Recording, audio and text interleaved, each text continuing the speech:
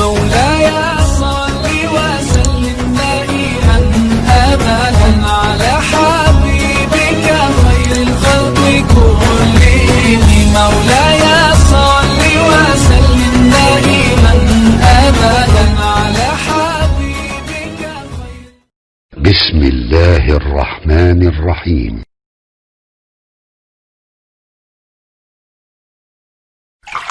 Nabi Muhammad belum minta, diberi oleh Allah. Karena itu ketika dilempar bukan hanya dengan kata-kata. Penduduk Taif melemparnya dengan batu, lempar dengan kemarahan, lempar dengan segala hal. Apa kata Nabi? Karena alam nashrah laka sadrak, kata Nabi, ya Rabb.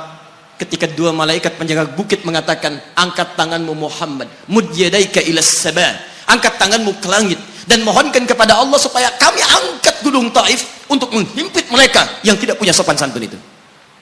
Murka malaikat. Bagaimana Rasulnya dilempar dengan batu, berdarah menetes, bentengnya Zaid bin Thabit luar biasa, tidak mampu menghalanginya. Apa yang terjadi? Nabi, alam nashrah laka sadrak. Kalimat mulia mengalir di lisannya.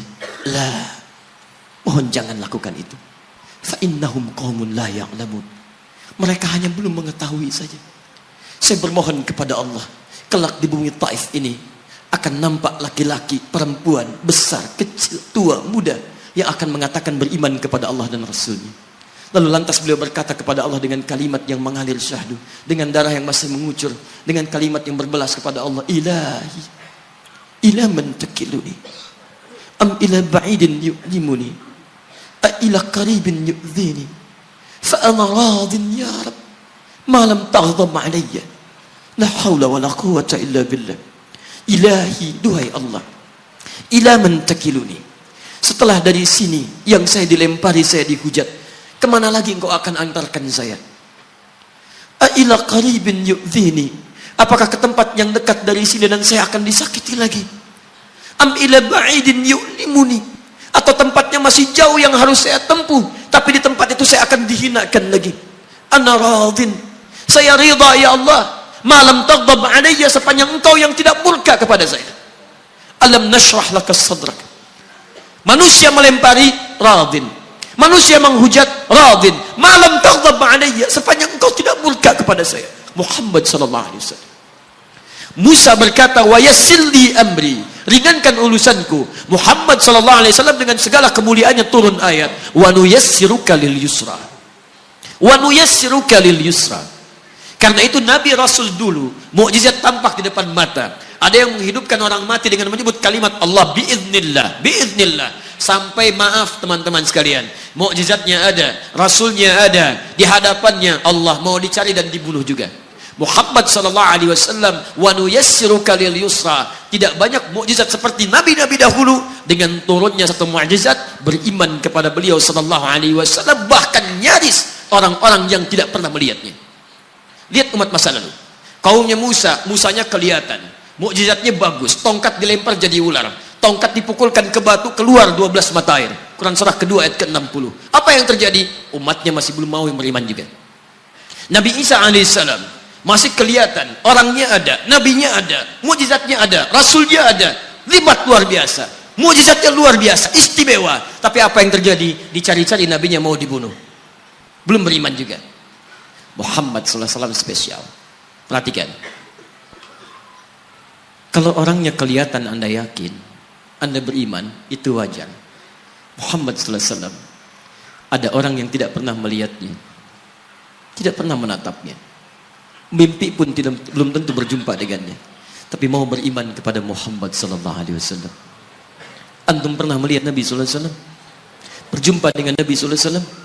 Maka beruntunglah antum, karena orang-orang yang beriman kepada Nabi sallallahu alaihi wasallam tanpa pernah melihatnya, itulah orang disebut oleh Nabi sallallahu alaihi wasallam sangat dirindukan oleh beliau.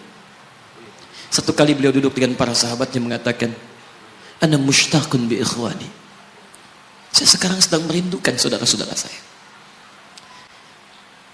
Kata sahabatnya, alasna ikhwanak ya Rasulullah, bukankah kami saudara-saudaramu? Kata Nabi, bal antum ashabi, kalian itu bukan saudara-saudaraku, kalian sahabat-sahabatku. Ikhwani humul ladzina lam yarawni walakinnahum yu'minuna bi. Saudara-saudaraku itu adalah orang-orang yang tidak pernah melihatku, tapi mereka mau beriman kepadaku. Jadi kalau Nabi saja merindukan antum, kenapa antum tidak merindukannya? Kalau Nabi menantikan kita di surga, kenapa kita tidak menjemput penantian itu? Karena itulah Muhammad SAW akan menjemput umatnya di surga dan tidak melangkahkan kaki ke dalamnya sebelum berkumpul umatnya dibimbing beliau oleh sallallahu alaihi wasallam ke surga. Allahumma salli wa sallim wa barik alaihi. Allahumma salli wa sallim wa barik alaihi. Allahumma salli wa sallim wa barik alaihi.